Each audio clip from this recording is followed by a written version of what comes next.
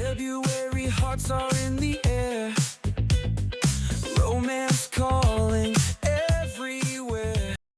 But if you don't have that baseline of truth, and it's just however you feel at the moment, Love at first cutting edge.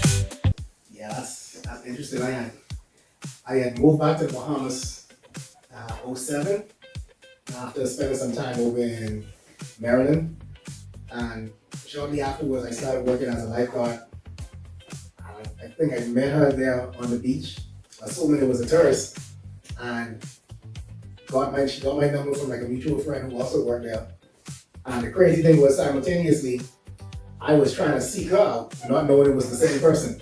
After seeing a friend and her running the track, I called the friend and was like, who was that you was on the track with?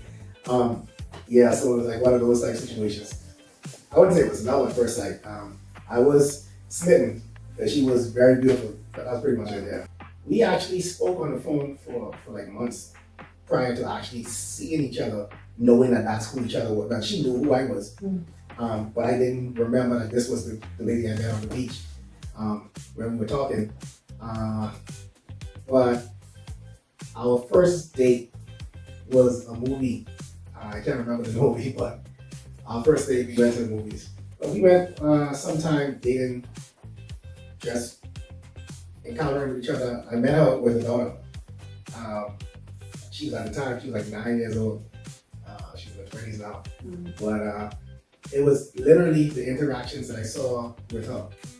The way she nurtured and dealt with her daughter. It looked like a good, safe place to establish a family. You know, so I was deep in the church at the time, and when I met her, not knowing that she was from the same church, it was weird because she's from the same church, but we didn't interact at the church, so I didn't even know. It's like we lived two separate worlds at the same time in the same space. But at that time when we encountered each other, I found out she was a part of the same church, had similar upbringing, and a lot of the same core, not all of the same, but a lot of the same core values. So that was like, you know what, this is a good, safe place to establish a family. Well, again, I wanted to establish my family, like an actual family, grow and build. I'm a person that studies success, and there's not one successful man that I know in history that did it really by himself, and or even did it but having like concubines all over the place. Even Solomon, you know, that's some of the stuff that led to his demise. He came into success, and that led to a demise. So I figured if I want to elevate and fulfill some of the purposes that I felt like God had for me, I needed to establish myself with my unit and build that. Let that be my focus and build from that. Okay, right. And now we know that marriage is work. We know that marriage on this long journey, it's a marathon, it's not a sprint. And sometimes along that way, things happen and we end up in some pitfalls, and we know you guys eventually ended up getting divorced.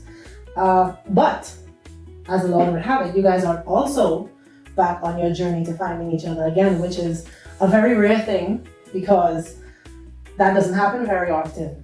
So in the spirit of reuniting, now that you look back on that period where you guys separated even unto divorce, what would you say are some of the things when you look back, what would you say are some of the things you would say didn't help the marriage? I've had a nice lengthy time to assess this exact same question, and the perspective I look at is from me.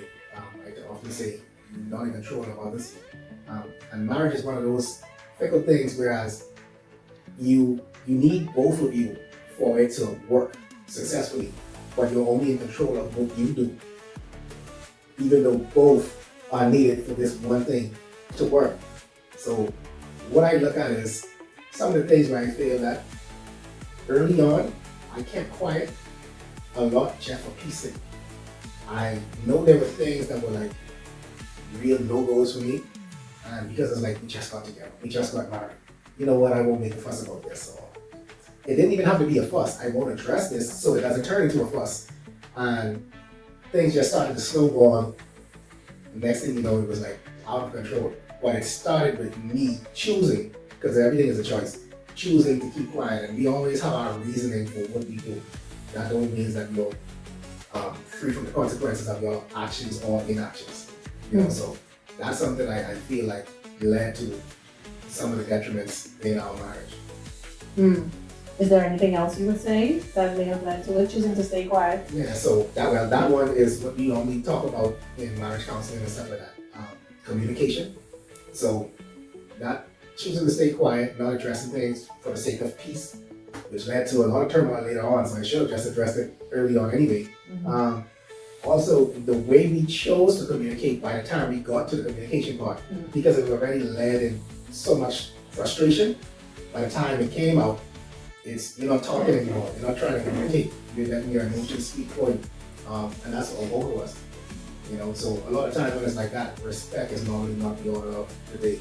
You know, so disrespect, which obviously kind of fosters contempt, you know.